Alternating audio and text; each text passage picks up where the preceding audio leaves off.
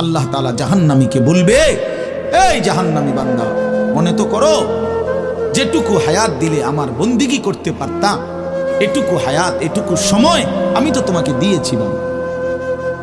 তুমি বলো কোন সময়টা, কোন সুযোগটা আমি দেই নাই বান্দা? বলো বলো বান্দা। 1টা বাজে জোহরের আজান হইছে, 3:45 বাজে আসরের আজান হইছে, 3.5 ঘন্টা তো 12 রাকাত বা 10 রাকাত জোহরের নামাজ পড়তে কি 3.5 ঘন্টা? বলেন মা। তাইলে যুবক কেন নামাজ পড়লাম? তুমি কি হায়াত পাও নাই? তুমি কি সুযোগ পাও নাই?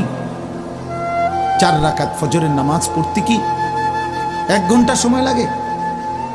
তো আল্লাহ তাআলা কি সময় দেয় নাই? আল্লাহ কি হায়াত দিল না?